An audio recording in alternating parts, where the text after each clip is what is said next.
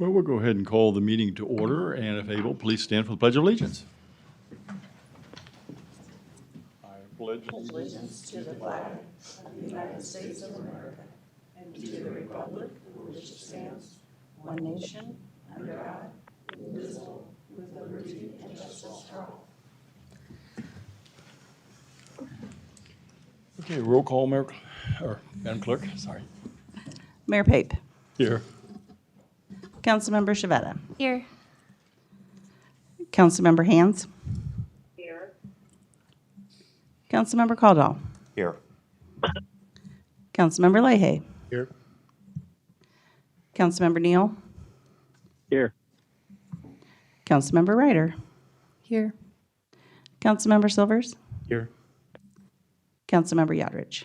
Here.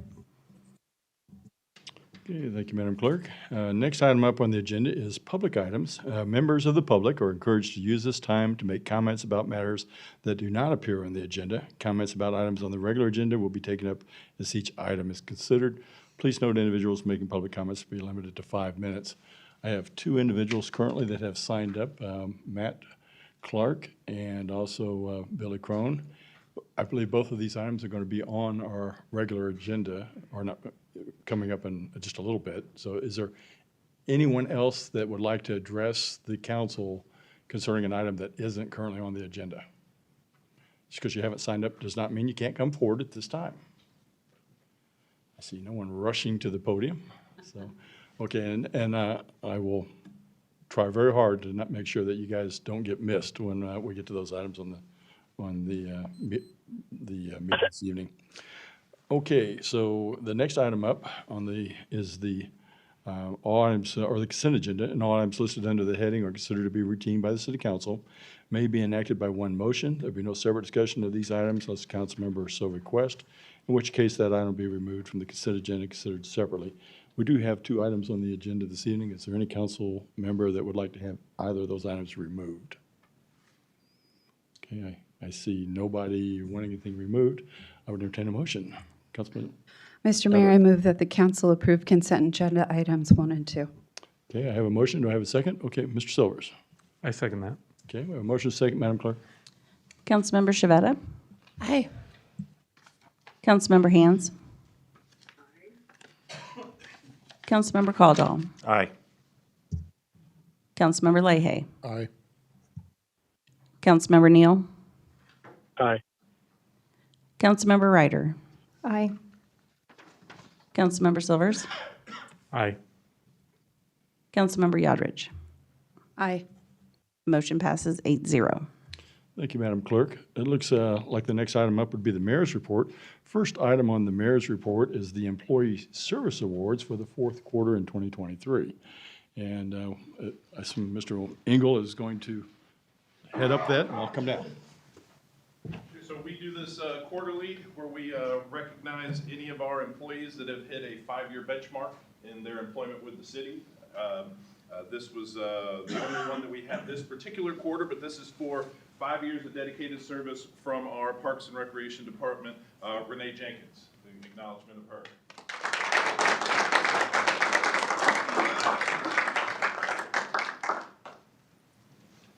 Thank you. And of course, we have to get the obligated picture here. Thank Okay, you. thank you Thanks, for Mayor. your, thank you.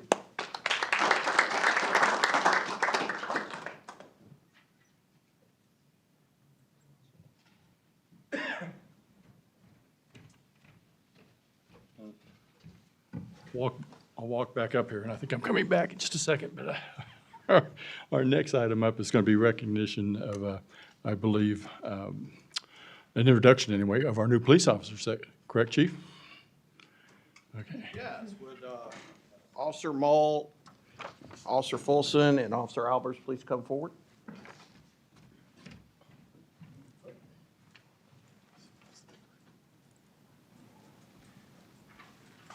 As is tradition, when we bring on new police officers, we like to bring them before council at a council meeting to introduce them, so you get to see their familiar faces and they get to see the governing body and let the public know that there's some new officers out in the city.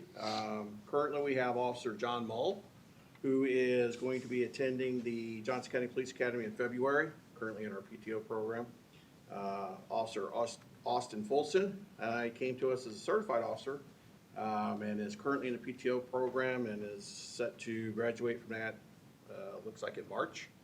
And then Officer Ryan Albers, who is currently in our PTO training program and will be attending the Police Academy also in February. So I'd like to introduce you, our newest officers.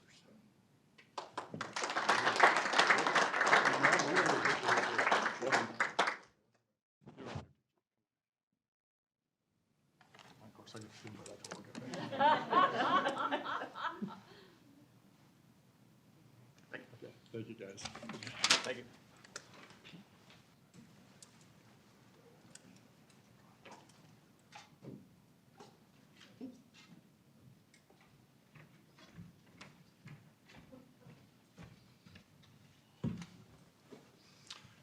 All right. Well, moving right along, it's always good to get new faces and to meet them. But the next item up on the mayor's report is consider appointment of Kelsey Cohen for the Planning Commission for the term expiring December 31st, 2026. And we do have Kelsey in the audience, and before we entertain a motion, hopefully to put you on, why don't you come up, Kelsey, and if you'd like to just say why you're interested or whatever you want to tell us. Yeah, my name is Kelsey Cohn. I'm very excited to be, I've lived in the community for a while, so I'm really excited to be involved a little bit more in what's happening within our wonderful little town. So thanks for considering me. All right. Okay, thank you, Kelsey, for coming forward. All right, so let me make sure I'm in the right order here. Yeah, and should be coming up. I've got to make my little check marks here. Okay, at this point, I would entertain a motion. Okay, Councilmember Yondrich, go ahead, please. Thank you. I move that the council confirm the appointment of Kelsey Cohn to the Planning Commission for the term expiring December 31st, 2026. Thank you. We have a motion. Do I hear a second? Second? Okay, we're here this way. Go ahead. Mr. Mayor, I'll second that motion. Thanks, Ms. Shavetta. We have a motion and a second. Madam Clerk? Councilmember Hands.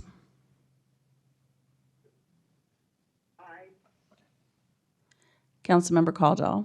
Aye. Councilmember Leahy. Aye. Councilmember Neal. Aye. Councilmember Ryder. Aye. Councilmember Silvers. Aye. Councilmember Yodridge. Aye. Councilmember Shavetta. Aye. Motion passes 8-0. Thank you, Madam Clerk. Looks like next item up on our agenda is to have County Commissioner Becky Fast is in the audience this evening, and she's going to give us an update on what's going on in the county. Yes, thank you, Mayor and Council, for allowing me part of your busy schedule this evening to give an update. So as you can see, I represent Northeast Johnson County, represent you, and that's a great honor. There's 11 cities in District 1. Johnson County has very large county commission districts, as we are probably now 120th largest county in the nation. So in the legislature today, I heard that Johnson County is 33% of the state's sales tax. And I was thinking, yeah, Merriam is a large degree due to that 33% that we really fund a large part of the state budget. And you can go to the next one. So major projects, the county has really invested in wastewater. Where wastewater development goes is where the county can bring in more infrastructure. We just finished the Tomahawk plant, and that was bringing sewer flow over from Missouri. The cost was just increasing threefold to pay Kansas City, Missouri to treat it. And so by renovating the Tomahawk plant, we're saving several $100 million. And now we're able to start on the Mission plant. The Mission's the oldest plant in Northeast Johnson County. When the Mission Nelson plant was developed, then all the development happened in Northeast Johnson County. So that is the next project, and that will be probably 5 to 8 years. And because of this investment, we will have cleaner water that is brought back into our rivers. So a program that I would encourage you to tell your constituents about is the Johnson County Wastewater Backup Program. Northeast, as you know, in Merriam, there's a lot of older infrastructure. So if you hear someone has a stormwater backup or sewer backup in their basement, let them know about this program, and our Johnson County Sewer Program will come out and assess if they can provide funding for a backup prevention program. So I know you're very excited about the Antioch branch, and I want to say thank you from our Johnson County Library Board and staff. I've heard from a number of them how impressed they were that Mayor came and toured the library like 3 or 4 times, and each one of you toured the Antioch branch. But what that showed them is that Merriam is invested in the Antioch branch, that this council, governing body, and staff is a strong partner with the Antioch branch, now soon to be Merriam Plaza branch, and it's closing at the end of the month. And what still blows me away, 7,000 plants on that roof. So that's really exciting, and that was due to input. I went to a lot of the input sessions of Merriam residents who wanted that energy efficiency measures. So the next project is the Corinth branch, which is starting Thursday with the city of Prairie Village, looking at a similar model to Merriam, a community center, Corinth branch library. Corinth is the second oldest library. Corinth started as a volunteer library in the village, just like Merriam started as a volunteer-run library. So that's the second oldest, and I'll be excited to hear what Prairie Village residents want from the Corinth branch library. So we have a new hazardous waste facility. It used to be a part of the Nelson wastewater plant. So encourage you to let your constituents know. You can go online, make an appointment, and just drive through. The new addition to this new infrastructure is that you can get recycled paint, recycled stains, and it's just really wonderful to drop off your old paint and then pick up new recycled paint. And they have, pretty wide breadth of hours so that you can book to drive through and drop off. So the CARS program is a great partnership with our cities. I know you benefited from with your Merriam Drive project. This is primarily a gas tax and a mill levy. When I go to the Kansas Counties Association, some of my commissioners in other counties say that we're stupid to share it with the other cities because they don't. This has been a long time program between counties and cities. The other counties keep that gas tax. And we've really seen what the impact it's done in Johnson County by sharing that revenue.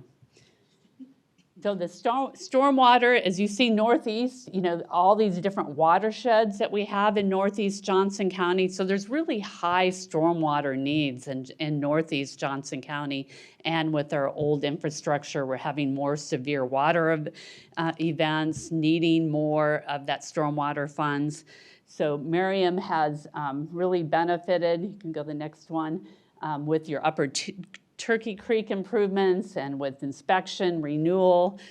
This is something that I continue to bring up to my colleagues. I think with the increased needs over the next 5-10 years that we need to come together with the cities to how do we fund all these stormwater improvements that are really needed in Northeast. And I know we're continuing, the county, the federal government work with Merriam on the Turkey Creek project, which is so important.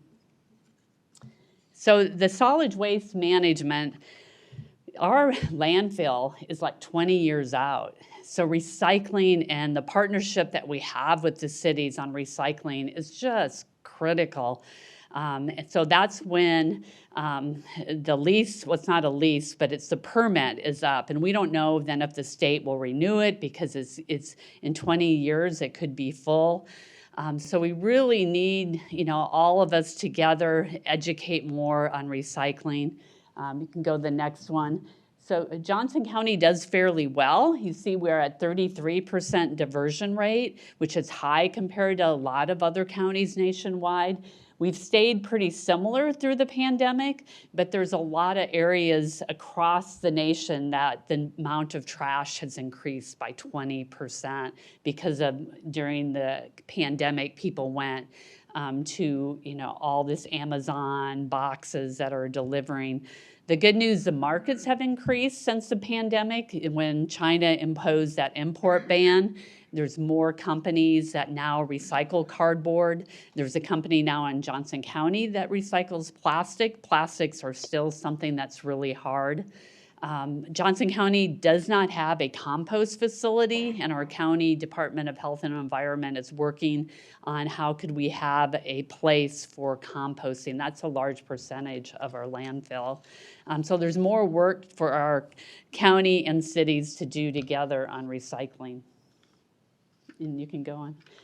So aging population, we're seeing a huge growth in the number of seniors, and Northeast Johnson County has the highest number of seniors in all of Johnson County. And if you look at who's in our single-family homes, the average age is over 50. So just a large need, and in the next 10 years, more people are going to retire than we've ever seen in the history of our county. Our county, Johnson County Senior Services, is looking at having a strategic planning session, and I hope I'll be letting you know that we have different city councilors participate on this, how we meet the growth and aging.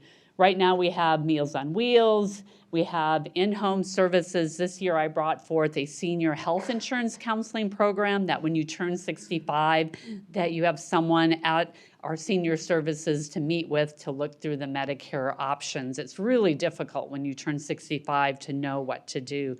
So please let your constituents know about it. So we started this year a senior tax rebate program. Merriam has this, so does Mission. It's only the Northeast cities that have it. None of the southern cities have this tax rebate program, so Merriam's led the way. I looked at your program. And so, we'll see, as you can look at the appraisal level is very low for Northeast Johnson County. And so this is our first year, so hopefully we get more feedback and let your constituents know not only can they apply for the Merriam program, but they could apply for the county program too.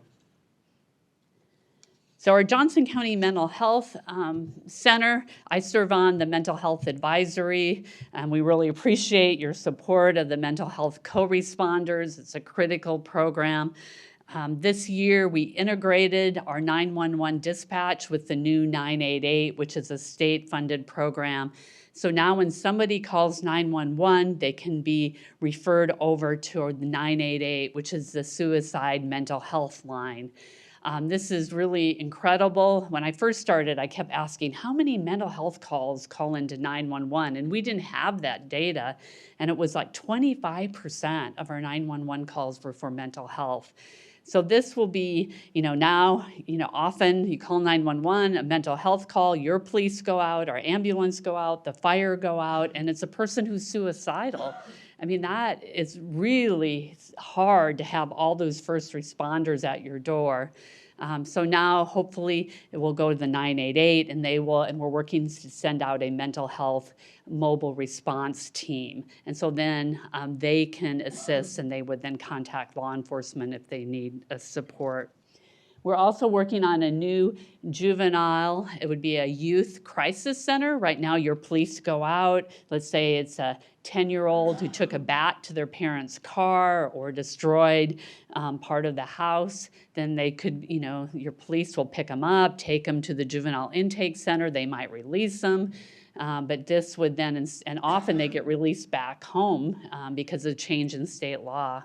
Or would go to the juvenile detention center. So now there would be a juvenile mental health crisis center they're working on, and hopefully sometime this year. And also we're working on increased capacity for crisis stabilization. When your police go out, that they can take them to this crisis stabilization center.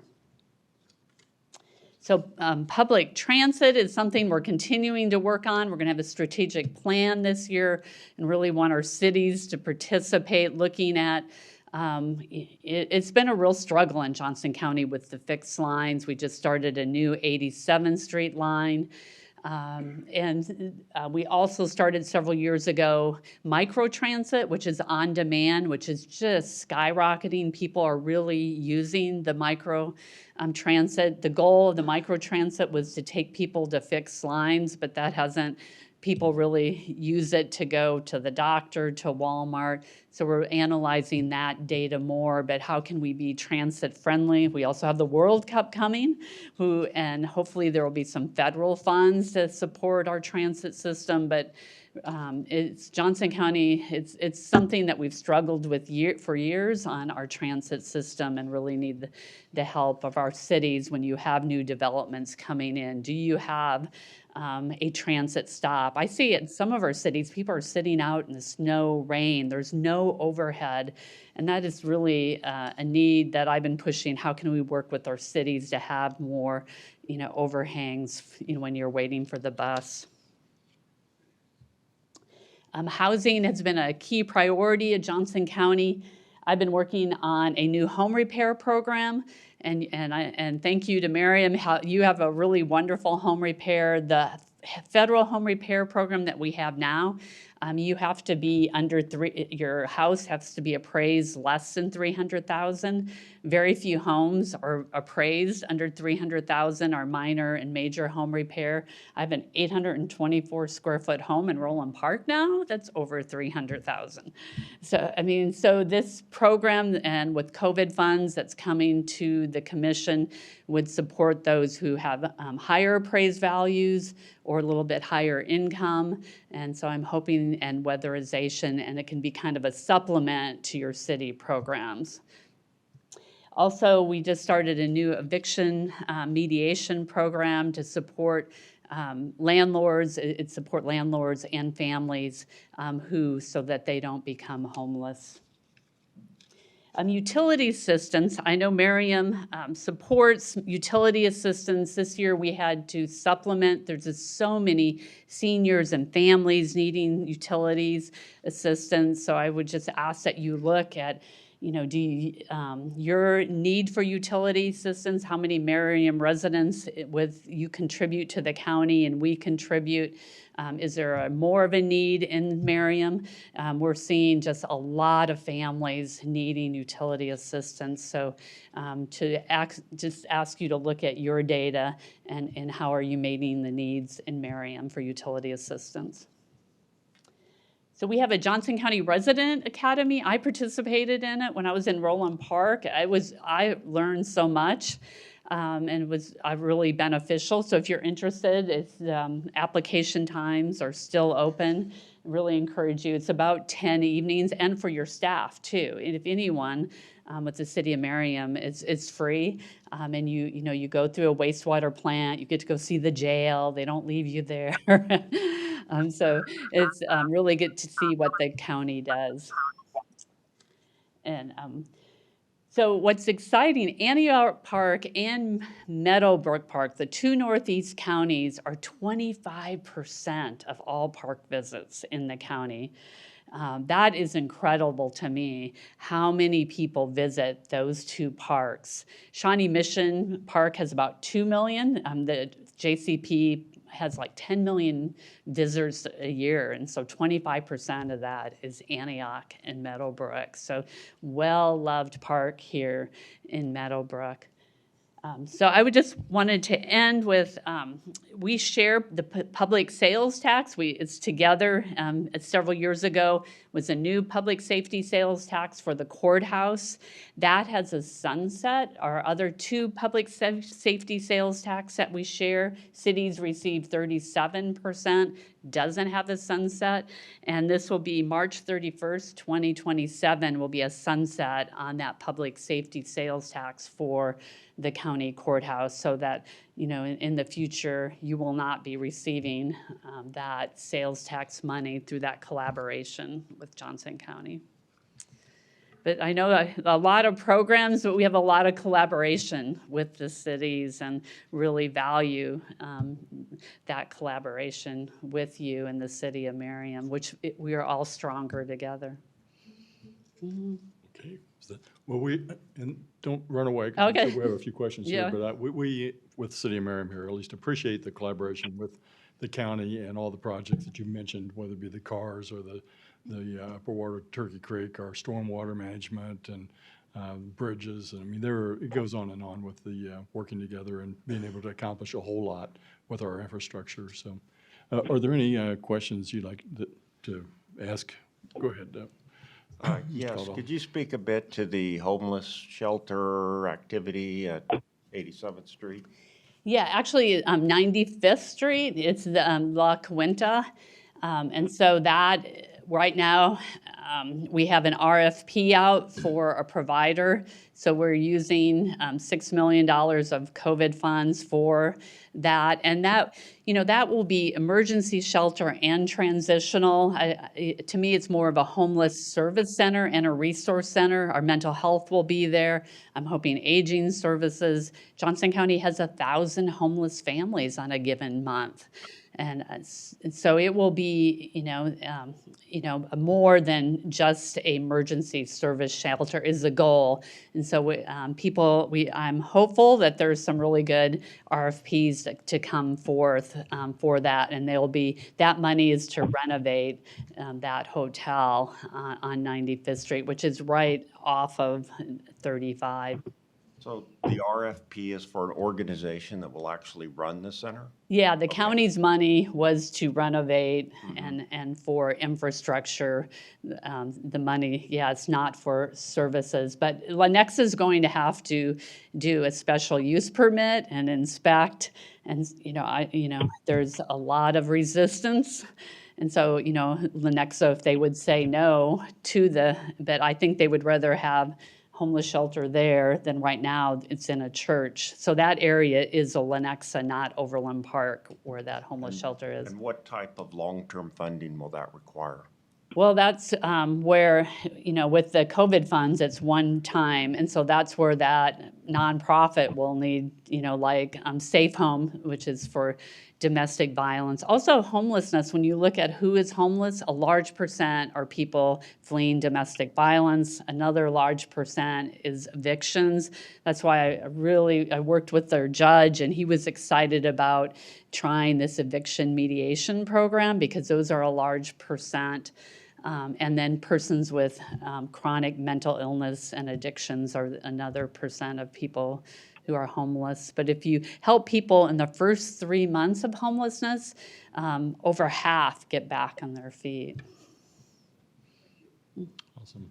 Yeah, and we appreciate the fact that no individual city in the county could undertake that task on its own, but the county stepping up and taking the lead on that is really appreciated from the cities.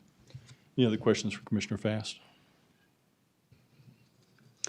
Please call me anytime. Okay, well, we appreciate the update, and you're welcome to come and talk to us at any time. Thank you. Thank you.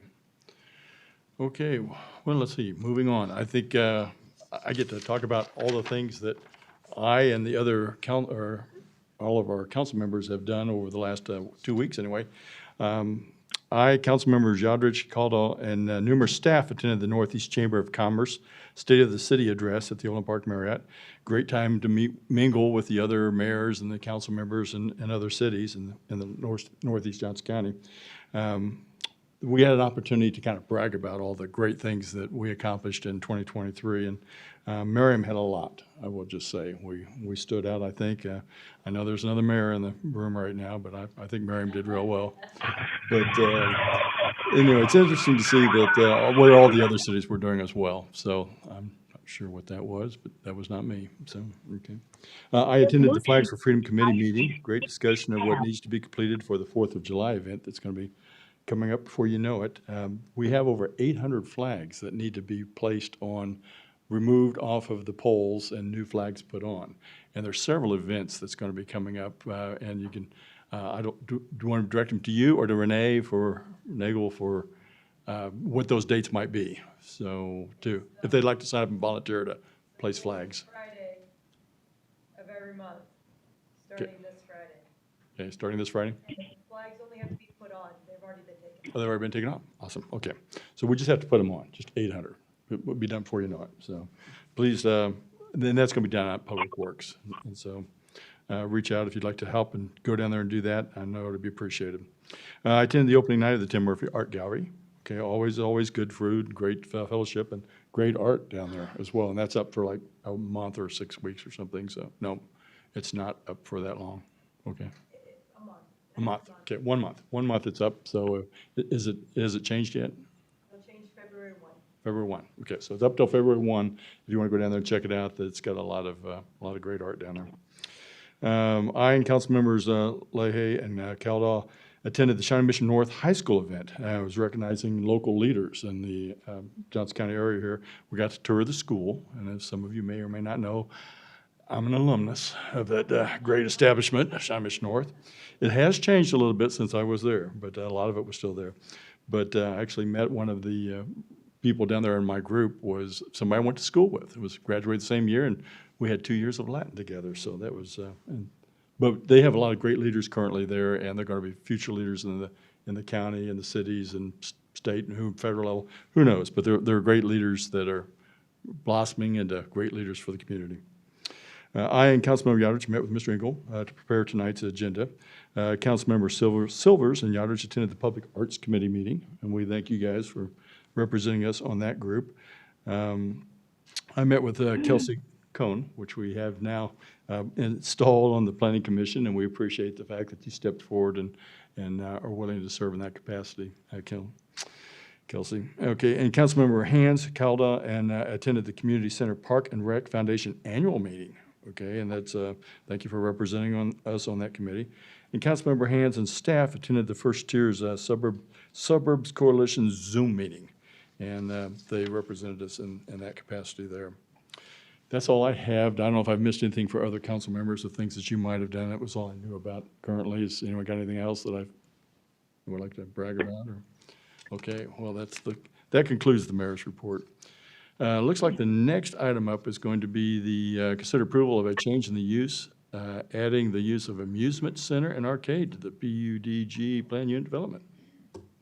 There we go. And we have The mayor, council members. is here to tell us all about that project. Brian Dyer, Community Development Director. Just bear with me while I get this pulled up.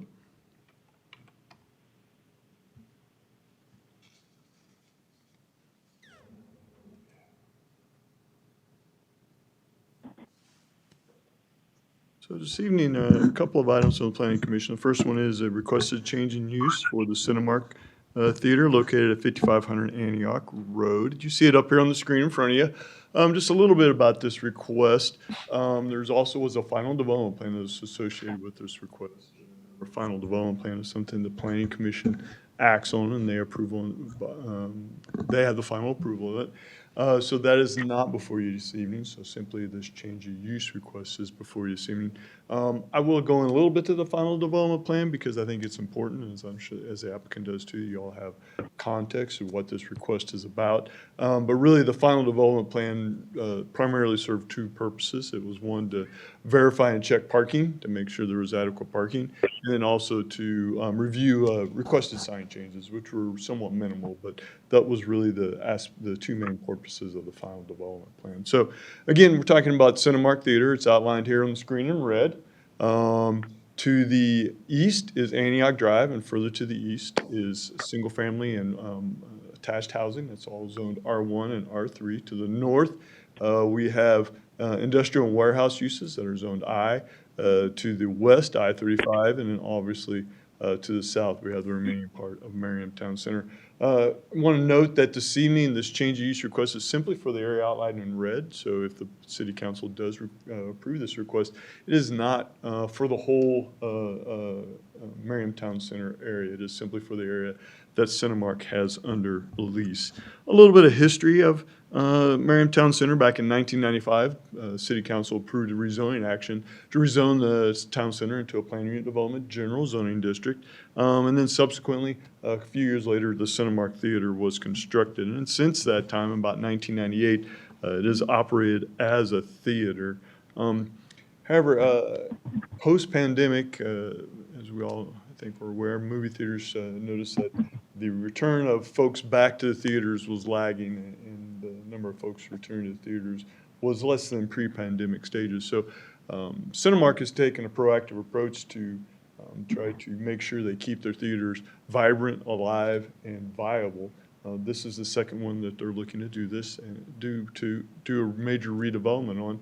And what they're looking to do is they've already renovated half of the theaters. They have 20 theaters in there, so they've already done extensive renovation to 10 of those theaters. And those renovations, a number of things in them, but one of the things they did is they took out the smaller seats and put in bigger, more comfortable seats. So right then and there, it was a reduction in the number of customers that would be on site.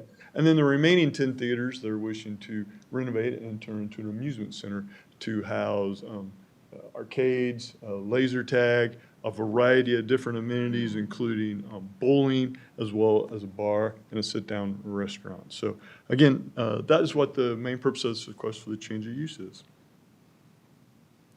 I'll run through a little bit more detail about this.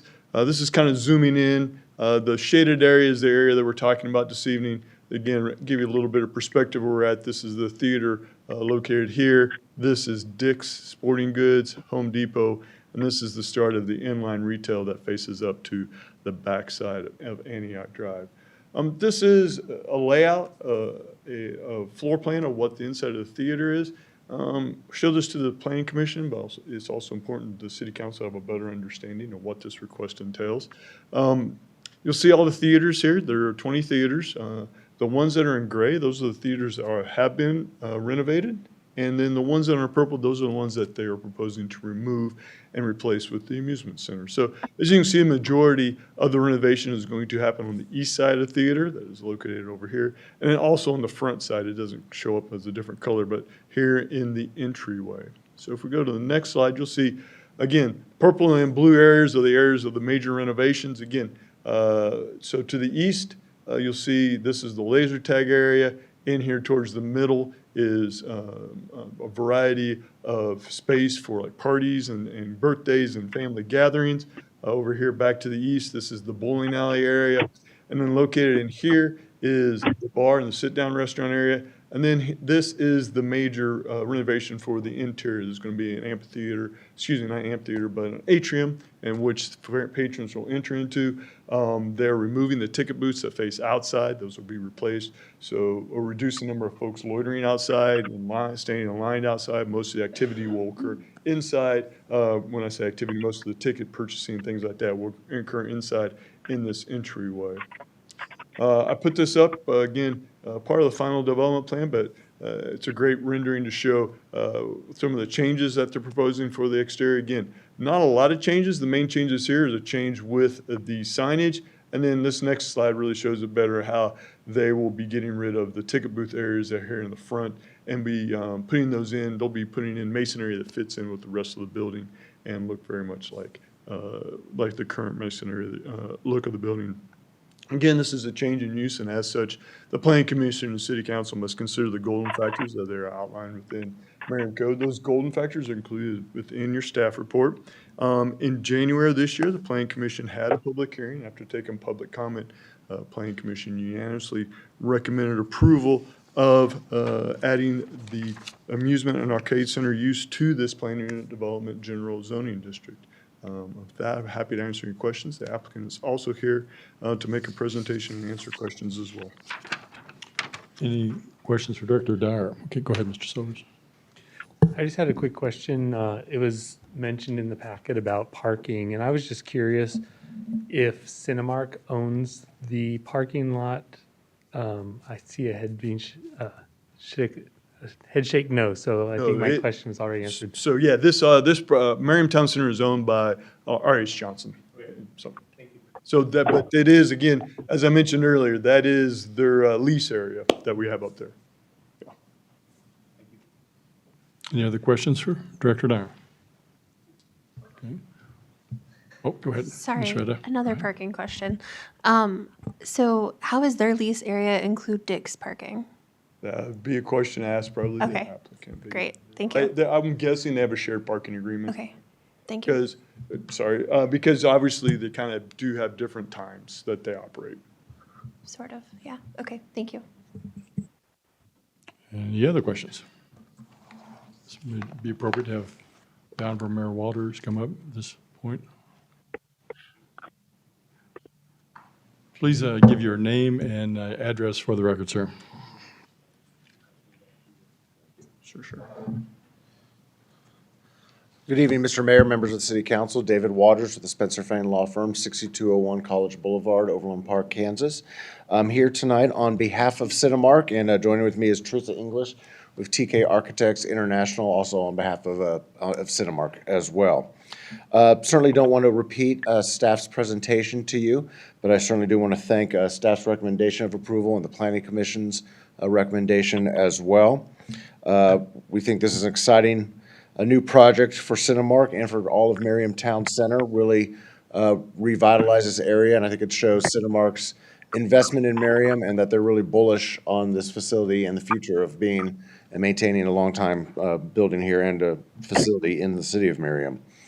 This revision to the PUD, again, which does just apply to this limited area, to answer your question, ma'am, generally, the lease is really just the building footprint, but the lease term provides then for certain parking rights on the outside there. I don't have the exact numbers on hand. Ms. English can probably give them, but I understand that the parking counts will be significantly reduced with this application, in part because of the number of theaters, not having the number of seats in all the theaters and all of that. So the use in the parking lot should actually be much less under this application. If I recall correctly, at the end of the day, they only have 50, with half of the theaters will be a 50% reduction in seat count as well. And so with that, and also with some of the renovations on the larger seats, that brought that down as well. So we will not be we don't plan on having to use as much parking as before, and I believe the development plan recognizes that as well. So we are retaining movie theaters for those first-run theatrical productions, Fathom events, those types of things as well. But the plan would also bring in the bowling, laser tag, arcades, new feature restaurant, a ropes course. I do think it's important to note that this is all staying within the existing building footprint. There isn't any expansion of the building footprint. This is all internal to the site. Mr. Dyer kind of discussed the golden factors, which I believe, again, are all in your packets, and we won't go through those again, but we do appreciate that both staff and the Planning Commission both found that each of those factors pointed in favor of approval of this application. Really, that is what we have for you tonight. It really covered everything that we have, but we're certainly happy to stand for any questions that you have this evening, and we certainly appreciate your consideration of this request tonight. Please, come on up. Please come forward and give your name and same address or a different address for the record. Hi, I'm Teresa English with TK Architects, 1100 Main, Suite 2200, Kansas City, Missouri, 64105. So thank you for your time and attention tonight. We are very excited about this project, as is Cinemark. One thing, Brian, can we flip back to the render?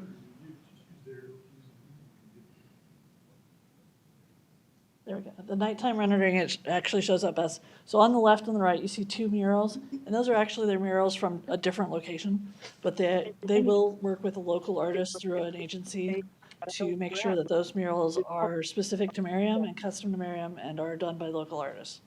So that's just something that we hadn't talked a lot about, but I think it's something important and exciting aspect of the project. We like art. So, okay, good. Are there any questions for either of the, okay, go ahead, Ms. Shadrich, then we'll go to you, Mr. Silvers. You can go first. Okay, cool. Ms. Shadrich. This isn't as much of a question as it is a statement or something I've been hearing from people who are concerned about this project, is that currently the theater has events that are more on the fringe sometimes. So they show Bollywood movies, they have some anime festivals, sometimes there are live events, concert events, things like that, that aren't at every other theater. And with the reduction of theaters, there has been concern that some of those events will no longer be held, and they are few and far between in the metro area. So I know the Cinemark is not here to get this feedback in person, but I want it to be said that I have heard those concerns and I want to air them here, that there still is a demand for that and people still want to see that and come here to see that. And I would still like Merriam to have that diversity and be a place for people to come and have those experiences. We'll certainly share that with them. And that was a comment that came up at the Planning Commission as well that we've shared with them as well. All right, So we'll thanks, make sure that David. they are aware. Thank you, Ms. Shadrich. Mr. Silvers, go ahead. Thank you. So one of my questions, or I guess my question is, if you have determine what type of restaurant you're going to have, if people can utilize the restaurant, if they're not utilizing the arcade or other entertainment? And also, if you could kind of give us a level of quality of the restaurant. Like, I'm not expecting it to be 1A, but I think Merriam is in need of some healthier options for food. And so I didn't know, I wouldn't necessarily expect this to be like a salad restaurant, but I was just curious if you could give us an idea of what you expect might be going in. I'll let Ms. English address that. She's worked with Cinemark on these projects. Sure. So I do want to point out we'll go back up to the plan for just a second. The auditorium here, this is a full commercial kitchen. And so they want this to be, one of the first things they said to us is, we want this to be a bar that the community comes to hang out in, even if they're not going to the movie or, playing within the facility. So they want this to be where you go to watch the game, where your family runs by on a weeknight because you don't feel like cooking, all of those things. That is really their intent with this bar. It is a massively large bar. I mean, this whole area here is the bar area. This kitchen is to serve the whole facility. Oops, sorry. But so you'll be able to have more menu options to take into the auditoriums with you. So if you are seeing a movie, you can get a full meal. You can, grab a drink or whatever to run around the facility and play games, but also your classic options can pick up quick in a full new, more grab and go concession area here. And so this area is really meant to be for a sit down restaurant. Now, what they're going to serve exactly, I should probably know that better than I do because we had a menu as part of our health department submittal, but I apologize, I let them handle that. I've eaten their food at the one in Plano, and it's usually really good quality. I mean, it's next to their corporate headquarters, and you'll see, 5 tables of corporate staff there every day. So I think, they have an in-house chef that works to develop the menu, and I know they always typically have a special item for each location that's unique to that area. But I mean, their intent is that there be, every football game, every soccer game, baseball game, that this is one of the places that you consider that you really want to go see it and eat it. It's going to be more than just your hot dog and popcorn food, so for sure. Will they have steak? I don't. Maybe. We'll take that request over too. I think you're right. Okay, go ahead, Ms. Shveta. Yeah, so I believe there's one other, or how many other locations have they done this to at Cinemark? Like, are they operating? Like, how long have they been operating? How's it going? That's an interesting question. So they have one new build that is currently getting ready to start construction. They have several locations that they've taken over from another operator that already operate in this mode. And then this will be their first new renovation that they're not taking over. So, and to address the parking comment earlier, the building was designed in 1995, 98 for 5,400 people at the max capacity, and the current capacity now is 2,715. So it's a very significant reduction in people. Yeah, I wanted to add on to that because the notes say that you're required to have 1,090 parking spaces, and there are 1,103. So there's only an excess of 13 spaces. I would love to have a conversation about reducing our parking requirements in the city, but right now, it looks like between the Cinemark and Dick's, you're double dipping on parking. I mean, I think Councilmember Shveta pointed out pretty clearly that it doesn't appear there's enough parking left over for Dick's. Well, I know that we meet the current parking standards and that Dick's does as well. I don't have those calculations at hand. I don't know if Mr. Dyer can speak to that or if you can. As we've done in other places, this is campus parking. This is parking that is shared.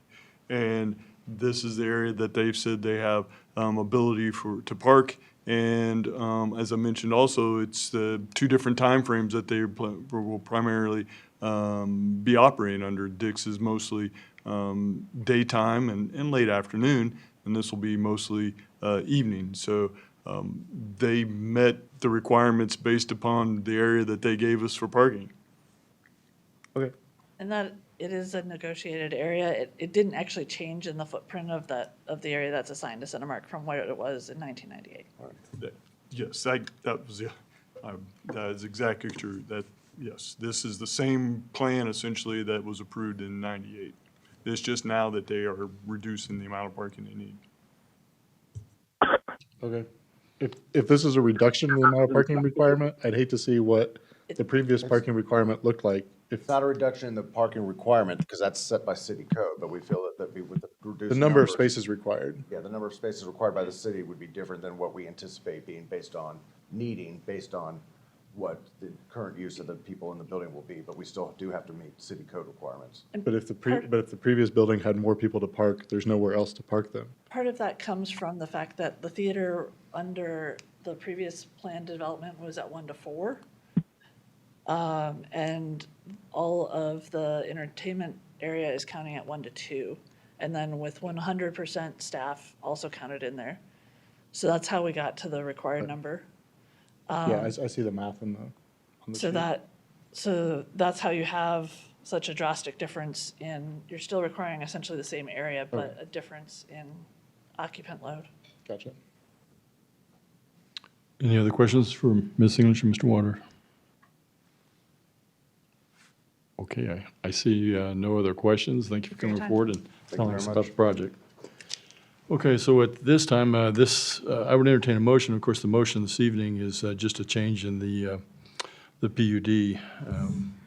Mayor, you didn't have any public comment, did you? Oh, no, I don't think so. That, according to this, that's not, and no one has, thank you for asking, but that is coming up, though. Okay. Okay, Ms. Shadrich, go ahead.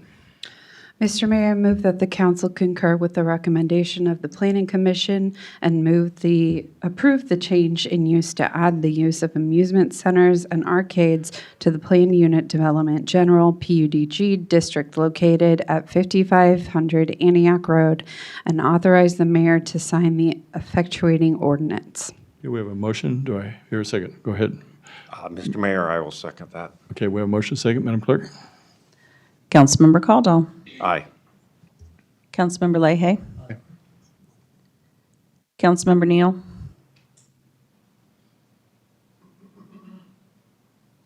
Councilmember Neal. Councilmember Ryder. Aye. Councilmember Silvers. Aye. Councilmember Yodrich. Aye. Councilmember Shavetta. Aye. Councilmember Hands. Aye. Motion passes 7-0. Thank you, Madam Clerk. Looks like next item up is consider approval of modifications to the 67th Street holdings. Looks like we got Director Dyer to the podium.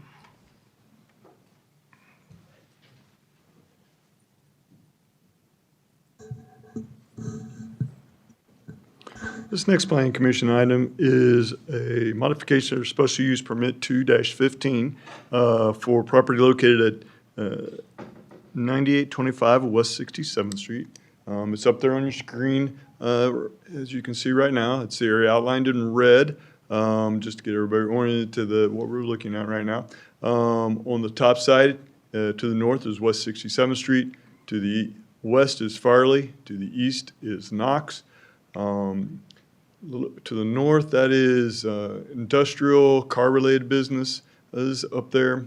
Over here to the east is the lumberyard, and ultimately, as you go further to the south, is the public works facility. Skirting around here further to the south, this is area that is owned by the city. Also, the Turkey Creek Trail Trap passes through here. And as we go to the west side, this is Mr. Dirk Van Keppel's art studio and home. And then further to the west are single-family homes. This is something that, if you all may recall, back at the end of last year, you had Myers Estate third plat in front of you. At that time, we mentioned that there would be some additional requests coming forward in relationship to that plat. This is one of those requests that are coming forward to you this evening. This request is being made by Richard Webb. He is 67th Street Holdings. He is also the owner of Kansas City Infiniti and Nissan dealership. Currently, right now, he has an existing special use permit for the northern portion of this property for this outdoor storage of vehicles. That is a requirement in your code that if you're going to do outdoor storage of vehicles, operable vehicles, I want to make sure we all understand these are operable vehicles, that you have to obtain a special use permit, which Mr. Webb did back in 2015 for the storage of vehicles. And now he's requesting to expand that area further to the south down into this area here. I put this up here because, again, as I mentioned, this is the plat. This is not what we're considering this evening, but again, to get let everybody kind of get a feel for what we're talking about. 67th Street, this is Knox, this is Farley. So we're talking about this evening, this large, almost rectangular piece here. This is the piece that, if you recall, Johnson County Wastewater was interested in. It is located right here. And then this is Mr. Van Keppel's current home and studio, and this is his proposed studio for future, which I will cover in just a second. This is kind of the overview of the property. Again, to the north, this is the existing area, existing special use area. And to the south, this is his proposed area that he wishes to expand into, expand approximately 240 spaces to the south. We'll zoom in a little bit closer so I can point out a couple other things. So now we're just looking at the area to the south here. This is Mr. Van Keppel's current facility. This is his proposed future art studio. I do want to point out that that is not before you this evening. It has not been submitted yet. However, staff did request that the applicant, Mr. Van Keppel, collaborate together to show that on this property, again, to give everybody a sense as to what is being proposed for the property. It shows a driveway off of Mr. Webb's property and Mr. Van Keppel's property. For those of you who are familiar with Mr. Van Keppel, he's an artist that does very large, typically does very large mobile pieces, glass pieces. So him and Mr. Webb will work together to provide an access point for Mr. Van Keppel's future art studio for deliveries of supplies and also to take his large artwork pieces off-site. So the purpose of this is really to, if this comes to fruition, is to keep large trucks from being on Farley and accessing Mr. Van Keppel's property. Also, Mr. Van Keppel and Mr. Webb have entered into agreements for access to allow Mr. Van Keppel access through Mr. Webb's property to that access point. A couple other things I'd like to note here at this point in time is that this property is mostly encumbered by the floodplain, so it does have a number of restrictions in regards to development in floodplain. Additionally, you'll see, shows up well, you'll see these three sets of parallel lines going through there. That is the overhead transmission lines that KCP&L, not Evergy, has. The reason I bring that up is because there's a very large overhead power line easement that covers those transmission lines. It extends outside of off the lines quite a bit, actually. And it's important to know because those are highly restrictive easements. It really restricts the types of development that occur in there, particularly in the height of development. Generally, you cannot get, I want to say, if I remember, about 12 feet above ground. I don't know if that's quite right, but that's the number that kind of sticks with me. As one of the recommended conditions of approval is that Evergy provide to staff an acknowledgement that they reviewed Mr. Webb's plans and they are okay with Mr. Webb's plans. So with all that being said, there's obviously a number of encumbrances on this property. So really there's very little that type of development that could occur on this property. And this is probably one of the singular developments that could occur on this property based upon the floodplain restrictions as well as overhead power line restrictions. A couple other things here. Mr. Webb has requested that the Community Development Director grant a stormwater detention waiver as described within City Code. With this application, the engineer for the project submitted stormwater analysis, and that included in there the request for that waiver, detention waiver. That waiver was reviewed by the city engineer, and he agreed that the request met the city code requirements. And there's some additional explanation in the staff report in regards to how during a flood, because that detention area would be located in the floodplain, that detention area would essentially be rendered useless. And so, the waiver request, again, fits within city code. Also important to note that per City Council Policy 128, if the waiver request is granted, The applicant will be making a payment in lieu of detention. Staff figured it up of about, it would be about $19,000, but it will be based upon the amount of impervious surface that ultimately is placed within this area. This is a special use permit request. The request is obviously to modify the special use permit, to expand the area, as well as to restart the clock. Your special use permits, the maximum time limit, maximum time frame they can have is 10 years. So it is requesting to extend a special use permit for another 10 years. And again, since it is a special use permit, Planning Commission and City Council must look at the golden factors in regards to this request. Those golden factors are included in your staff report. Planning Commission held a public hearing on this item back in their January meeting, and following the public hearing, Planning Commission unanimously recommended approval of this request. The applicant's representative is also here, can make a presentation and answer any questions that the council may have at the appropriate time. So with that, I'll be happy to answer any questions. Okay, any questions for Director Dyer? Okay, go ahead, Mr. Silvers. I was just curious what type of fencing is currently around that project, because I was looking at the silt fence and steel post fence that's being presented here in the packet. That is currently the fencing, that's the same fencing type that's around there. And that reminded me of something I forgot to mention, and I do think it is important to mention that at the city's request, the applicant will be installing best management practices for stormwater improvement of the runoff of this site. They will be installing filter strips. Here you can see the two outflows that outflows off the parking lot. So we'll be installing filter strips there to capture any contaminants as the water goes off of the site. And they will, as part of the building permit, be submitting a maintenance plan for those filter strips. Any other questions for Director Dyer? Okay, I see no other questions. Do you want to introduce the applicant? Yeah, I will set up and he'll be up here in just a second. Turn the screen off real quick. Make sure I get to the right thing. Yeah, there we go. You can turn it back on.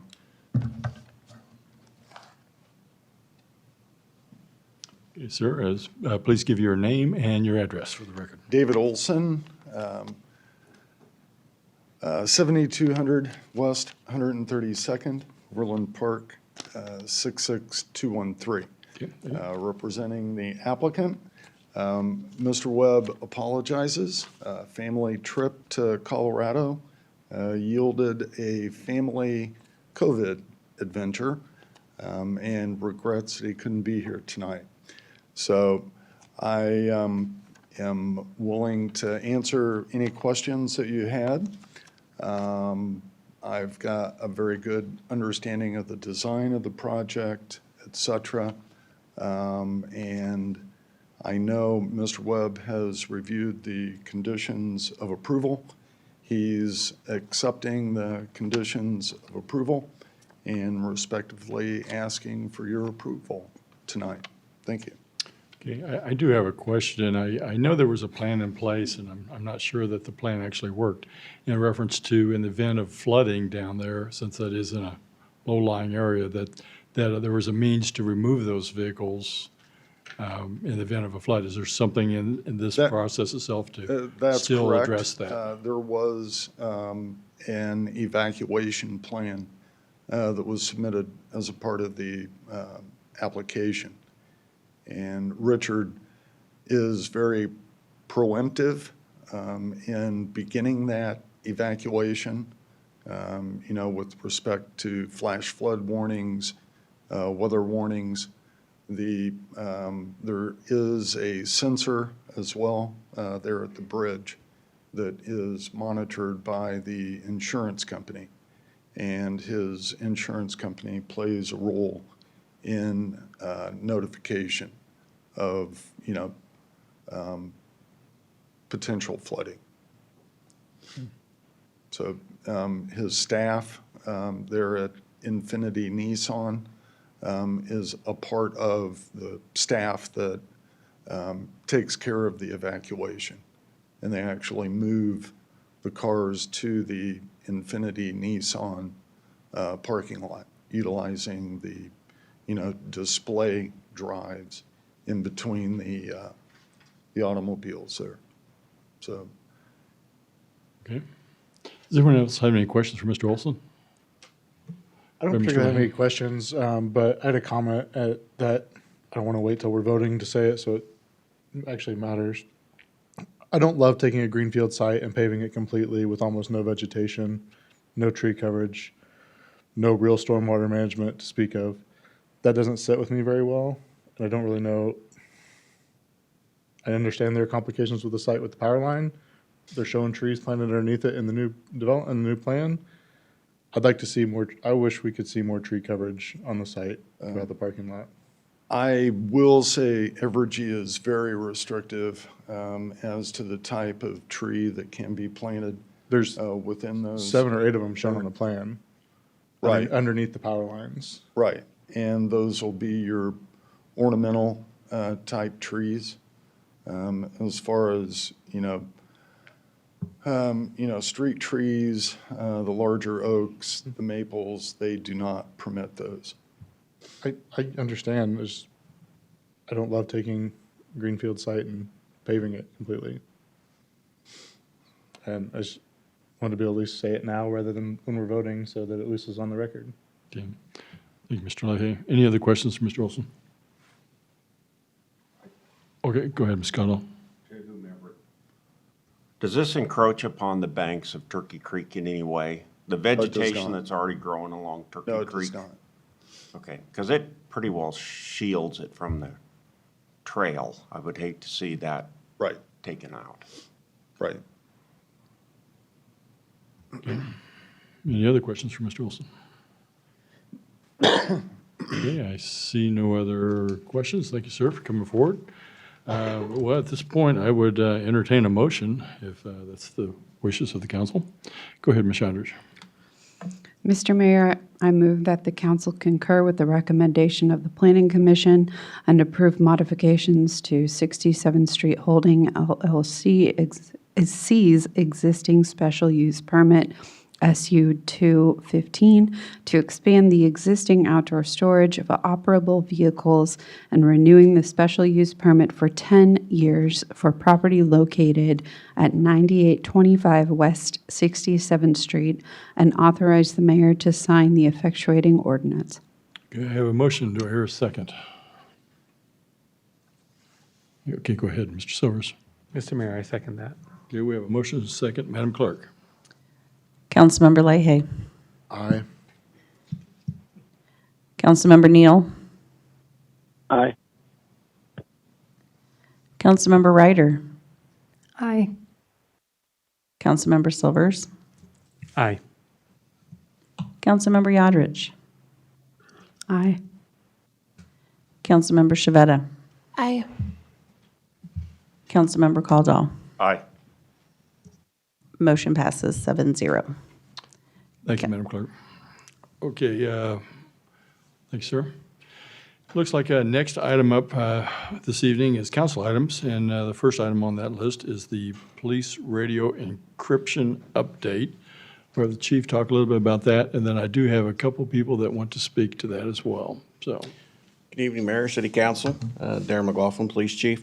This is an informational item just to update the council on the fact that a decision was made for the majority of police agencies within Johnson County to go ahead and encrypt our primary radio dispatch channels. Basically, what that encryption means is that the scanner will no longer pick up our police radio traffic. This is due to several factors, one of them being that interpretation of KCGIS and CGIS regulations of disseminating criminal history information without it being in a secure location and or encrypted is problematic. And so based on that information, we all got together and decided that the most prudent thing to do was go ahead and encrypt our primary radio traffic. We understand that there have been some concerns about transparency issues. We are looking into mitigating any of those issues as much as we can. We do already provide a crime map that updates with most of our calls for service, on our website within 24 hours. So it updates once every 24 hours.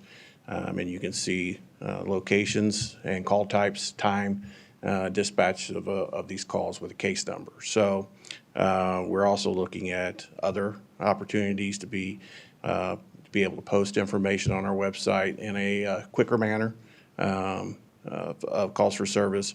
There are some logistical issues with that, and we have to make sure that we're spending the right time, energy, and effort and to be able to maintain that. We have some ideas, but we still haven't got anything to fruition. Hopefully we'll get something, whether it's feasible, in place in February. So I'll be happy to take any questions. Do we have any questions for Chief McLaughlin? Go ahead, Mr. Silvers. Thanks, Chief. Not too long ago, we purchased new radios, I believe, so all the different police departments could communicate. Does this attach onto that, or is it like through a central location that it's encrypted, or how does that work? Yeah, encryption is done, it's software. So it's done at each individual dispatch center. We're dispatched with Johnson County Sheriff, so the encryption takes place through them. Our radio's already set up to handle the encryption, and it'll be a seamless transition as of 5 a.m. tomorrow morning. It's all on air. We don't have to have anybody come out, touch radios, or do anything. It just automatically will update, and traffic will be encrypted. Thank you. Mr. Leahy. I would prefer that we err on the side of openness and transparency. And are there any other options to transmit the information that does need to be protected for privacy and sensitivity issues? Such as? I mean, besides the one open channel that is now going to be encrypted, were there any other options explored to transmit the information that does need to be protected? We do so have, that we could leave it open. Right. We do have other radio channels that are encrypted. However, the problem that we do have is that our primary dispatch channel is the one where the initial calls for service come out of, and before we get the opportunity to understand what it is we're dealing with, or we do on occasion transmit criminal history information. And it is not one of those things that's going to be easily removable from our practices. We have thought about that. We thought the stopgap had been the fact that we do have a separate channel to do records checks with people that is currently encrypted. However, we're still finding that because just of the nature of the job and the immediacy of information that has to go out on the air, that we are at times transmitting what's considered criminal history information. And so therefore, this seemed like the best idea. Okay. Any other questions for Chief McLaughlin? Yeah, I see no other questions this time, but I do have two individuals who would like to speak to this matter. First one up on the list is Matt Clark. Okay, if you'd like to come forward, sir, and give your name and address for the record. And we do have a 5-minute limit on that, which the clock is up today. Thank you. Okay. All right, Matt Clark, 9308 Sturgeon Drive, Overland Park. Normally our city councils meet at the same time. It didn't happen this week, so I had the opportunity to bring some information here instead. I've been discussing this with some city council members that are interested in Overland Park for about 4 weeks. I think there's many reasons to object to this policy change. Hearing that there's not a real plan in place to provide anywhere near the level of transparency we have when this goes into effect tomorrow, I find pretty alarming. But back to my script. But others may talk about that. You may have some emails from Mike Frizzell and some others on this topic, but I'll focus on the FBI CGIS policy. So Merriam was one of 13 agencies that signed a joint press release that I have here that said in part there are several reasons for moving to encryption, the most recent being to comply with the FBI Criminal Justice Information Services Security Policy, CJIS. On December 7th, 2022, an FBI CGIS policy went into effect related to CGI in transit. That policy reads in part, quote, when CGI is transmitted outside the boundary of the physically secured location, the data shall be immediately protected via encryption. So that's kind of a hard thing to overcome for an opponent, FBI policy, but I wanted to understand the context of that. I was kind of surprised that there was no mention of radios in that citation. So I dug into the policy manual, and the first thing I noticed was, despite citing a specific date of a revision of that policy, that section of the policy manual had not been updated. So I kept digging back to past versions. I have about 4 examples here, dating back to 2011, where that line in the policy manual hasn't been updated. The policy hasn't changed, but that's what the press release implied, and that's what my chief of police in Overland Park said, was that this all started because of an update to the FBI policy. So it was raising some red flags to me. But as far as I can tell, based on this information here, this policy is at least 14 years old. Now, I don't know what you guys, all the information that you guys have received from your chief of police, so forgive me if he's got different or better information than I do here. But that press release seemed, all these agencies seem to be using the same information to justify this move. But citing a policy change seems to be false information. And on a topic where transparency and trust are at the heart of this issue, that's just really hard for me to grapple with. But now in regards to the context I was looking for originally, the context that I have that happen to be administrators and data centers, nice context to have here, they looked through this for me, and they were extremely skeptical that this line was intended for radio traffic, given the context of the section of the policy manual. The policy manual is discussing encryption of physical computer systems, and when it goes beyond the physical computer systems that it's discussing, it lists out all these other items: public key infrastructure, voice over internet protocol, cloud computing, partitioning, virtualization, and exception for faxes. But with radios being such a large source of transmission of criminal justice information, as the police are concerned about here, you'd think somewhere in this 355-page manual, they would just come out and explicitly say, you guys need to encrypt the radios. That doesn't happen. Well, we find out there are other ways to comply with this. Not all the Johnson County agencies are switching to fully encrypted radios. As it stands now, the auditing agency, the Highway Patrol, doesn't fully encrypt their radios. There's some red flags here. So at the best light on this looks to be a stretched reinterpretation of a longstanding policy that does not appear to have originally been intended for this purposes. So I don't know, I don't think this misinformation necessarily originated with the local police departments here, but has been regurgitated here. So I don't know if it started with the Kansas CGIS office, with the FBI, or maybe there's another agency like the Metro Area Regional Radio System agency that has their hands in this. I'm not sure. I'm just a guy trying to get information here. But the answer is We just said you got 30 seconds left, Mr. Okay. Clark. So. Well, anyway, I mean, the heart of the issue is transparency and trust. And when the public trusts the police more, it's safer for the police. That's what we all want here. So we want to maintain that public transparency. And I just think that there's too many red flags here to let this go by without more public and city council input than we've seen. This has just been notification by the police to the city councils that this is happening. There hasn't been much public deliberation of this. And I just think a lot more deliberation is needed. Thank you. Sir.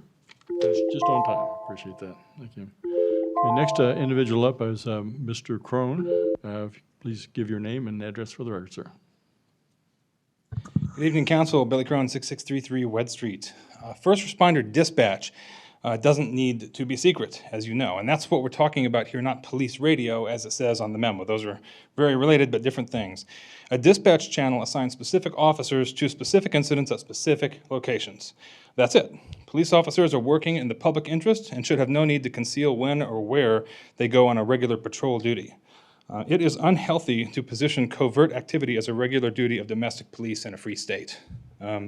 JOCO's first responder radio system already had encrypted secret channels for protected CJI, the information we're talking about, tactical and detective use, SWAT use, and as we just heard, there's actually a records check channel for checking records. They don't need to do that in dispatch.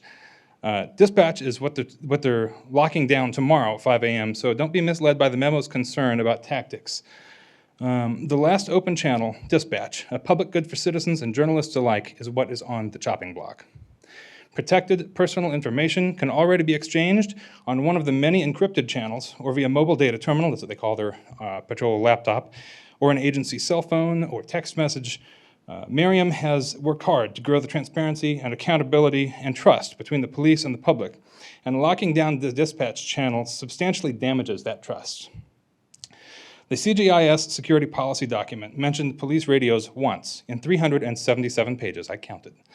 The current document version 5.9.3, released September of 2023, calls them land mobile radios, or LMRs, and they are mentioned once in passing in section 513.1 and never mentioned again. The term LMR appears twice, and the other occurrence is in a list of acronyms. That's it. This document, which is being positioned as an excuse to lock down dispatch, actually deals with internet usage, department IT and HR responsibilities. This document outlines what email clients and anti-spam may be used, setting standards for how passwords should be chosen and changed, what to do when somebody loses a phone in a coffee shop. That's an actual citation from the report. Even what ID documents or cards can be used to authenticate an officer before the officer is given a key to a building or access to a system. And it's notable that this document, which is being used to limit the rights of peaceful, free American citizens and journalists, wasn't written by legislators accountable to the public. It was written, edited, and interpreted by unelected bureaucrats. The executive summary of this document states it reflects the will of law enforcement and criminal justice agencies. It doesn't say it reflects the will of the free citizens of this nation and of this state. And it doesn't attempt to strike a balance between the public good of open and transparent policing and that of radio secrecy, because it doesn't strike a balance. It's unbalanced, unfair, and un-American to close off dispatch because of this document. Look, I know this council is not solely able to preserve open dispatch. This is a bigger issue than just Merriam. But you can have conversations with your neighbors, with state representatives, and county representatives to preserve some semblance of openness in first responder dispatch. When Merriam residents wake up to a bunch of sirens going by in the middle of the night, a public information officer won't be in the office until next morning. Our crime map won't be updated for 24 hours. We have the right to know if a dangerous criminal is running around our neighborhood, not in hours or 20 or days, but right now. That's what radio does. Scanners do that. We don't all have physical scanners with knobs and antennas in our house, okay? But we do have phones. There's dozens of scanner apps out there, and they used to work until this policy started going into effect.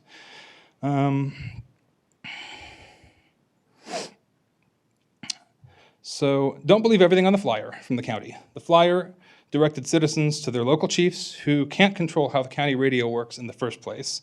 I emailed our chief for info to help understand where this came from, twice actually, and I didn't get a response back either time. I was trying to be prepared to have words here. But I speak tonight because somebody has to. This is important. So please have conversations, shed some Kansas sunshine on this. Thank you. Thank you, Mr. Cronum. Okay, I think that was the only two individuals for that. Okay. And I think one of the things you did mention was the fact that I don't think we have really any control over that other than contacting people. So, okay, the next item up is consider approval of the purchase of real property located at 5005 Merriam Drive and 5017 Merriam Drive. And I think I do have somebody that we'll get to eventually on that. Okay. So Mr. Eagle coming to the podium. Thank you, Mayor. I think I have the next two items. Chris Ingles, City Administrator. The next item on your agenda this evening is consider approval of purchase of real property for property located at 5005 Merriam Drive and 5017 Merriam Drive. Both of these properties are at the intersection of West 50th Terrace and Merriam Drive.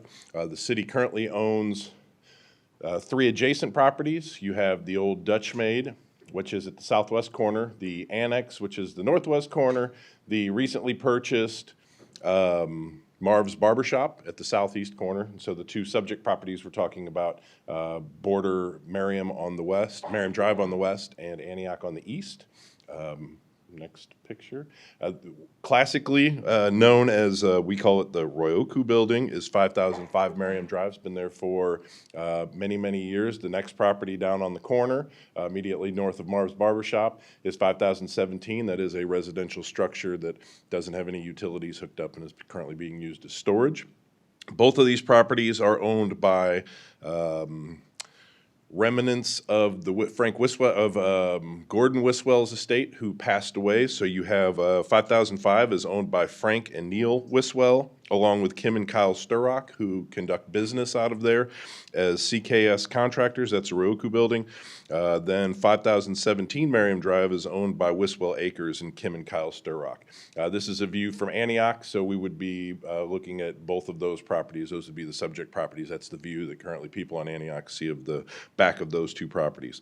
November 2023, those properties were listed for sale. Staff had a conversation with City Council about the potential acquisition of that, as well as other neighboring properties at the same time. We had conversations about what the repercussions would be of purchasing, what the repercussions would be for not purchasing it potentially. We talked about the PSP plan, Planning Sustainable Places plan, that Overland Park spearheaded several years ago, and some of the intersection changes they wanted to do at Antioch and Merriam Drive, and how that could impact that particular triangle of property. Ultimately, at the conclusion of those conversations, we determined that because of the adjacency to the two, now three other corners that are have city-owned property on them, and ultimately so that the city could best ensure future highest and best use for that property, it would be in the city's best interest to pursue a negotiation with those sellers, which is what we have done. This is just the sales data. Go two more up, please. One more. You can see the JOCO appraisals that are on those. You've got 5005 Ryoku appraises at 140. They were asking 224,900. We were able to get an agreement at 210,000 should the council approve it this evening. And then there's the corner house, which is 5017, that appraised at 190,800. They were asking 140, contract amount 140 again, should the council approve it. So, the contract amount, if the council should approve these sales, is a bit over the appraised. It's under the asking price, and appraisals don't necessarily mean that's the market, the going price for property. So staff believes that this is a good deal in terms of locking up that intersection, locking up at least two of the three properties up in that northern triangle, whether that is ultimately used for something at that intersection, whether it's used as an entryway into Merriam, whether it's used for our PSP project, which is the potential redesign of that intersection, or it's just beautification of that triangle as being a highly visible strip of property coming into our community on several major roads. All of those, I think, raise to the level of staff's belief that those are rife for picking, and staff would highly recommend that council take advantage of purchasing those properties. I'm happy to answer any questions you may have about that. Do we have any questions from Mr. Engel, the council? See it that way? I see no questions that way. Okay, thank you, sir. Comments? Okay, yes, we do have some comments before we call for a vote. I do have an individual here. It looks like Mr. Crone. Would you like to, he's out? He's in the hallway. Yeah, okay, we'll yell him. 5 seconds left of his 5 minutes, just to be clear. Oh, for good, it's, oh, okay. If we stick him to 5 minutes, it is 45 seconds. Other than this is kind of a separate item, though, but I guess it would be. I'm going to restart the timer Okay. here. Okay. Yeah, we've had some discussion whether you have 45 seconds left or 5 minutes, but we are at the part of about purchase of property. So if you could keep your comments as brief as possible, but we won't hold you exactly. I'm glad that merited the council's attention. $350,000. That is what is up for grabs, if this is approved tonight, of tax money for two more properties that the city has yet to state specifically what they want to do with them. As the multi-million-dollar mix-up last year put us behind budget, I would urge you not to spend $350,000 more on properties without a specific articulable thing we're going to do with them. That's all. That should be quick. Thank you. Thank you, sir, for keeping it brief. Okay, we've heard from everybody that's wanted to speak on that topic. I would entertain a motion at this time. Ms. Showdridge. Mr. Mayor, I move that the council approve the purchase of real properties located at 5005 Merriam Drive and 5017 Merriam Drive in an amount not to exceed $375,000. Okay, I have a motion. Do I hear a second? Okay, go ahead, Ms. Shveta. Mr. Mayor, I'll second that motion. Okay, Madam Clerk, we have a motion and a second. Councilmember Neal, No. Councilmember Ryder, Aye. Councilmember Silvers, Aye. Councilmember Yodridge, Aye. Councilmember Shavetta, Aye. Councilmember Caldwell, Aye. Councilmember Leahy. Aye. Motion passes 6-0, or 6-1, sorry. 6-1. Thank you, Madam Clerk. Okay, it looks like our next item up on the agenda this evening is consider agreement between Johnson County and the City of Merriam to share the FY 2024 design. Mr. Engel. Thank you, Mayor. Next item on the agenda is really twofold. One is to consider an agreement with Johnson County for stormwater agreement, SMAC agreement, and the acceptance of that agreement or entering into that agreement would effectuate or trigger the payment to the Corps for the Upper Turkey Creek project. As a little bit of background, we are in the process of working with our partners at the Corps and our partners at Johnson County to investigate a solution for the floodplains along Upper Turkey Creek. We've been doing that for several years now. On June 13th of 2022, we entered into a design agreement with the Corps. We are the lead local agency, so we enter into the agreements. These agreements we have with the county are side agreements.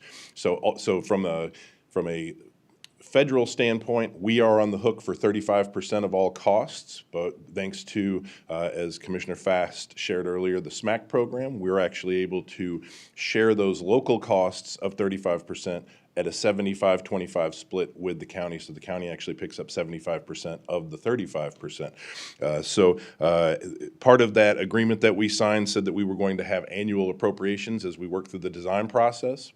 The annual appropriations for this year to fund the work that needs to be completed in '24 are $1.2 million, again with a 65-35 split, with the county picking up 75. The local portion is $420,000, $315,000 of which would be paid for by SMAC. $105,000 of which would be paid by the City of Merriam. Again, the agreement that you have in the packet is actually to enter into the SMAC agreement that effectuates that funding agreement so that they will fund their portion of this. And upon approval of this, should the council approve it this evening, that would trigger a payment through the Finance Department to the U.S. Army Corps of Engineers in an amount of $420,000, and then we would seek reimbursement back from the county. I'm happy to answer any questions about that. Okay, do we have any questions for Mr. Engel? I'm seeing no questions for Mr. Engel. I would entertain a motion. Ms. Showdridge. Mr. Mayor, I move that the council approve an agreement between the City of Merriam and the Johnson County Board of County Commissioners to share the design costs of the Upper Turkey Creek Stormwater Project and authorize payment of $420,000 to the U.S. Army Corps of Engineers. Okay, I have a motion. Do I hear a second? This way. Okay, Ms. Shveta. Mr. Mayor, I'll second that motion. Okay, Madam Clerk, we have a motion and a second. Councilmember Ryder, Aye. Councilmember Silvers, Aye. Councilmember Yodridge, Councilmember Yodridge, Sorry. Aye. I was crossing out motions. Councilmember Shavetta, Aye. Councilmember Caldwell, Aye. Councilmember Leahy, Aye. Councilmember Neal. Aye. Motion passes 7-0. Okay, thank you, Madam Clerk. Okay, looks like next item up would be the December 2023 preliminary report, finance report. We got Director Oliver. Okay. Good evening. The finance report was included in the packet. I think the key word here is preliminary. One of the big things that means is that whenever you look at our sales tax numbers, that's for 10 months instead of 12 months, as we'll collect the revenue for November and December sales in January and February. So it is preliminary. When we get our audited numbers, we'll be sharing those with you. I would love to entertain any questions you might have. Any questions for Director Oliver? Okay, I see no thank you. questions. Thank you. All right, community development update. Looks like Director Dyer coming to the podium. Good evening again, Mayor, council members. Just a couple of brief things. First of all, Merriam Grand Station, if you will recall, there is 2 buildings and a canopy that's going to be located down there in between the apartment complexes. We have started working on them in regards to building permit submittals on that. They have not submitted the building permits yet, but we've already had those negotiations and discussions, so hopefully very soon they'll be submitting for those. Also, the cancer center over at the hospital is getting very close to being done. They hope to be, they have lots of inspections that they've been getting lined up, not to get too far into it, but they have a number of state inspections they have to get passed. So they're hoping to have that facility opened sometime in April, May. So they're getting very close on that as well. And then the last thing I have is, guessing maybe because of the weather, we've had a low number of applications for our exterior grant and sustainability grant. Folks probably aren't too excited to get out in the cold to kind of figure out what they want to do around their house. So if you know of anybody or anybody who was interested in those grants, please make sure to send them our way and get them signed up for that program. So I'll be happy to answer any questions. Go ahead, Mr. Lay. Has Aristocrat started making any motion? Yes, they have submitted, and we have issued them a building permit. So they will be starting on that project. Any other questions for Director Dyer? Okay, I see no other questions, sir. Thank you. Thank you, Mayor. Okay, well, informational items we have are the Public Art Committee minutes were in our packet, and also the Planning Commission minutes were in our packet. Unless anybody has any questions concerning either one of those items, okay, so far it looks good. Mr. Engel, do you have anything else before we?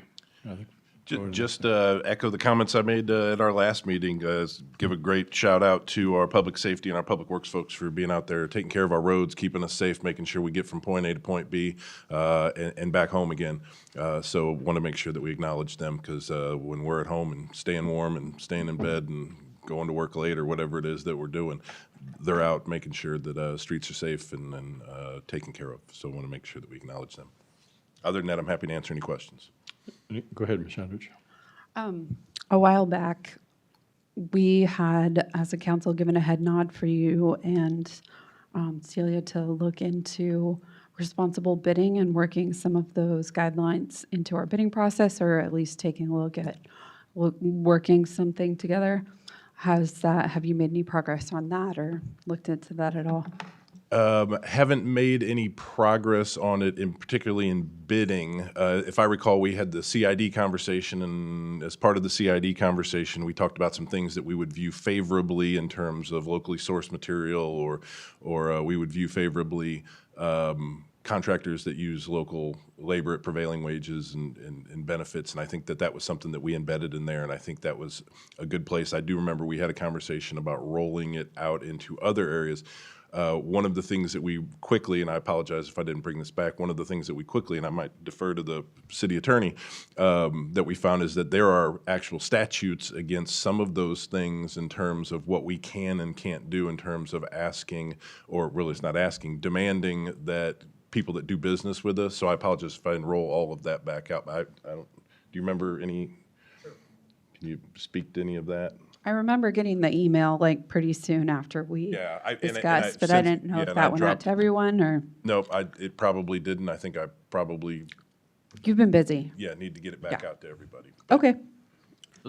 So I'll address some of the history with the statutes on this because I've represented municipalities that had prevailing wage provisions. And generally, those are considered to be kind of a union preference type of statute because unions typically pay prevailing wages as required by state, what's referred to as the Davis-Bacon Act under federal law on federal projects.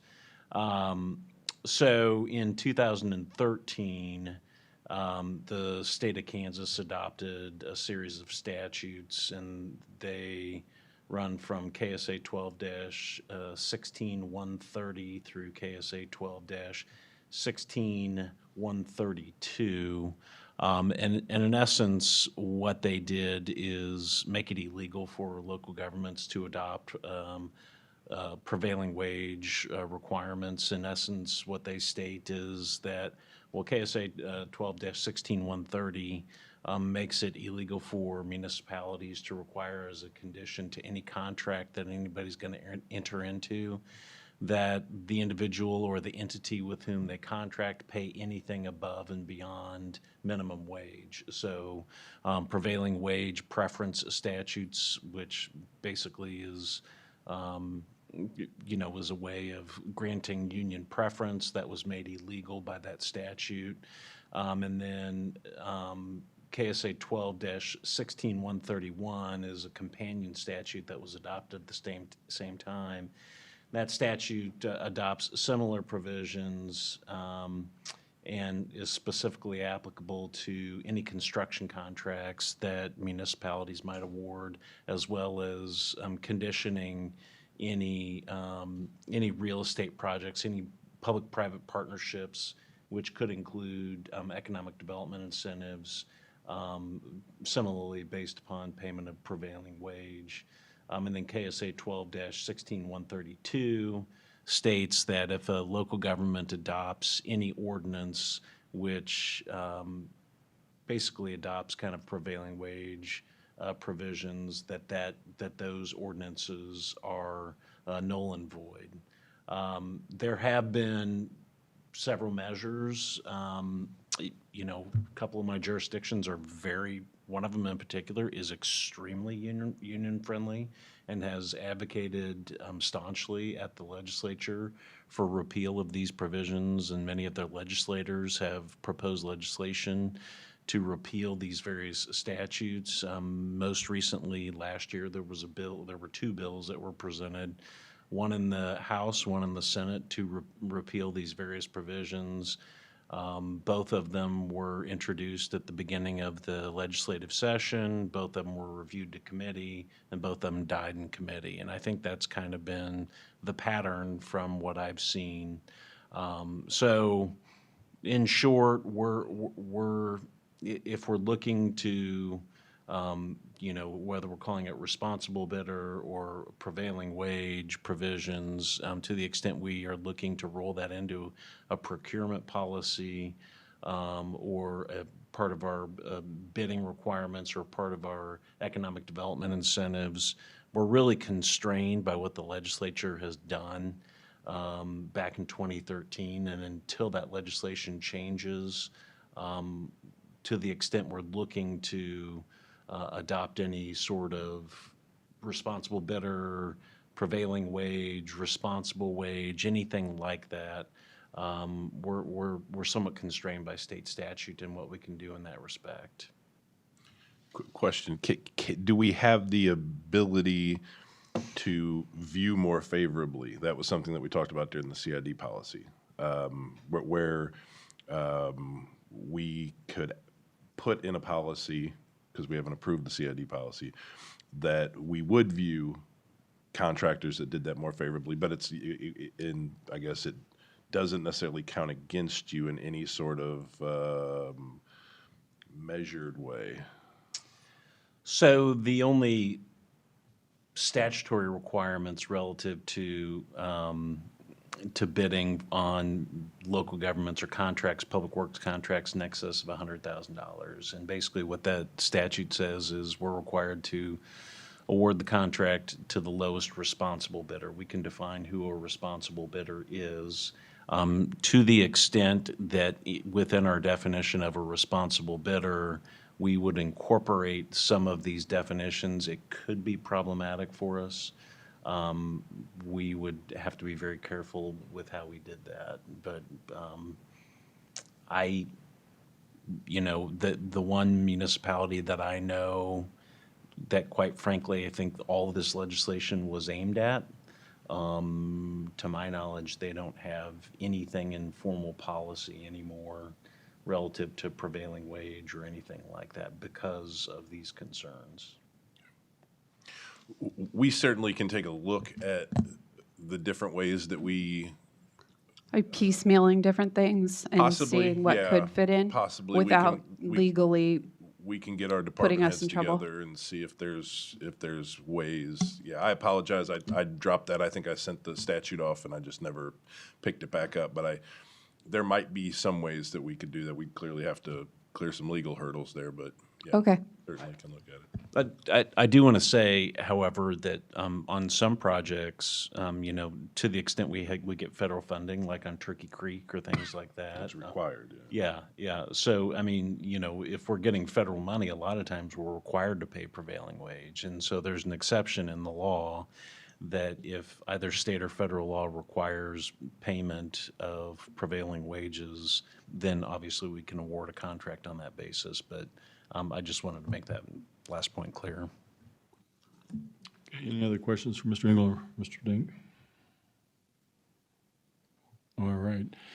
Okay, if you have nothing else, Mr. Engel, I understand we have an executive session this evening? We do, Mayor. 60 minutes, I think, would be good. So like 9:45. Yeah, we'll call 9:45. Okay, I would entertain a motion for executive session. Ms. Shadridge. Mr. Mayor, I move that the governing body recess into executive session for preliminary discussion related to property acquisition pursuant to KSA 4319B6, which allows the governing body to hold an executive session for preliminary discussion of property acquisition. Present will be the governing body, city attorney, city administrator, community development director, assistant city administrator, public works director, and finance director. The meeting will reconvene in the council chambers at approximately 9:45 p.m. We have a motion, have a second? Go ahead, Ms. Ryder. Mr. Mayor, a second. Do we have a motion second, Madam Clerk? Councilmember Silvers. Aye. Councilmember Yodridge. Aye. Councilmember Shavetta. Aye. Councilmember Caldwell. Aye. Councilmember Leahy. Aye. Councilmember Neal. Aye. Councilmember Ryder. Aye. Motion passes 7-0. We'll go ahead and call this meeting back to order, and I would entertain a motion. Okay, Ms. Shadridge. Mr. Mayor, I move that we adjourn. We have a motion, we have a second? Okay, Mr. Silvers. I second that. Yeah, Madam Clerk. All in favor? Aye. Meeting's adjourned.